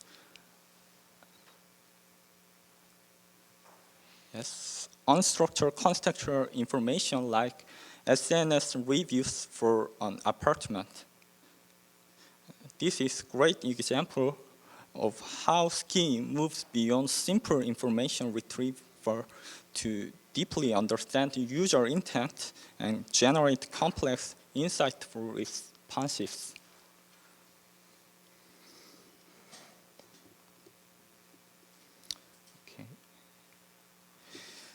Now, let me share our vision for how Ski could potentially be implemented across different sectors. We have envisioned several promising use cases spanning private sector and public sector. In the real estate technology sectors, we see tremendous potential for Ski integration with platforms like Butok, an innovative PropTech startup. Imagine a system where users can interact naturally with real estate data through conversational queries. A potential home buyer could simply ask, I'd like to see apartment near Element School. And Ski would process this natural language input through its AI-based processors, analyzing both the keywords and the spatial context of the query. By connecting with comprehensive real estate databases, the system would not only identify relevant properties, but also understand the spatial relationship between these properties and important amenities like schools, public transportation, and shopping areas. For public sector applications, we envision the potential integration of SKI with national spatial information platforms, such as KGeo platform and the Spatial Information Open platform. This integration could transform how citizens and officials interact with spatial data. Consider a possible scenario where urban planners are analyzing development possibility. They might engage in a natural, flowing conversation with the system. They could ask AI, where are potential sites over 1,000 households in Gangnam-gu? The system would analyze zoning regulation, available land, and developing constraints. Following this, they might progress to questions like, please predict the change in traffic flow near the site, and show the land price trends and calculation compensation costs. This type of continuous conversation analysis capability could revolutionize how we approach urban planning and development decisions. As we conclude today's presentation, I want to emphasize how SKI represents our vision for the future of spatial information processing. By combining advanced AI capability with deep spatial understanding, we aim to create a system that could transform how we interact with geographical information. From urban planners making crucial decisions about city development to individuals navigating their daily lives, we believe SKI has the potential to make spatial information more than accessible and useful than ever before. It's been an honor to share our work with you. Thank you very much. 네, 박사님의 소중한 말씀 감사드립니다. Thanks for your speech. 박사님의 강연에 대해서 질문이 있으신 분들께서는 손을 들어주시면 감사하겠습니다. 네, 마이크 전달드리겠습니다. 안녕하십니까. 인천에 있는 UST21이라는 기업에서 온 전호군입니다. 질문 드리고 싶은 사항은 제가 놓친 건지 모르겠는데 그 LLM 모델을 어떤 걸 사용하셨는지, 자체적으로 개발하신 건지 아니면 공개된 AI를 사용을 하시는 건지. 그 두 번째는 지금 해주신 내용이 굉장히 흥미로운데요. 요거를 이제 육지 말고 해양 쪽에 이제 적용하는 방향도 굉장히 좋을 것 같습니다. 혹시 앞으로의 계획도 있으신지 궁금합니다. 네, 먼저 첫 번째 질문에 대해서 말씀드리면은 두 가지 모두 사용하고 있습니다. 저희가 GPT-5를 프롬프팅해서 사용하는 부분도 있고요. 어떤 부분은 이제 라마 같은 오픈 소스 모델을 훈련시켜서 사용하는 부분도 있습니다. 예를 들어 뭐 아까 말씀드린 네임드 엔터티 레코그니션 같은 경우에는 라마를 가져와서 사전 훈련시켜 가지고 사용하고 있고요. 네, 그렇게 두 가지 모델들을 적재적소에 좀 통합해서 현재 사용 중입니다. 그리고 아까 해양에 대해서 말씀해 주셨는데 현재 저희 프로젝트가 이 프로젝트 말고도 이제 다른 국토부 과제들로 더 확산시켜 나가면서 그런 지리정보 시스템에 대한 지원도 현재 계획을 하고 있거든요. 현재는 일단 기획과제 단계로 있어서 그 기획과제에서 시범 운영을 해본 다음에 더 확장이 가능할 것 같습니다. 네, 답변 감사드립니다. 추가적으로 질문 있으신 분들 계실까요? 손을 들어주시면 마이크를 전달드리도록 하겠습니다. 네, 없으시면은 Q&A 세션을 여기에서 종료하도록 하겠습니다. 박사님께 다시 한번 큰 박수 부탁드립니다. 네, 이렇게 위성 영상에 기반한 생성형 AI 기술 그리고 활용 사례에 대해서 여러 연사분들과 오프라인 강연까지 의미 있는 인사이트를 나누어 보았습니다. 이제 어느덧 마무리할 시간인데요. This brings us to the end of the seminar. Thanks for all of your attendance. 함께해 주신 모든 분들께 다시 한번 진심으로 감사드리며 오늘 이 자리가 여기 계신 모든 분들께 뜻깊은 시간이었기를 바랍니다. This was your moderator for today, 우주정. Thank you. 저는 지금까지 사회를 맡은 아나운서 장우주였습니다. 감사합니다.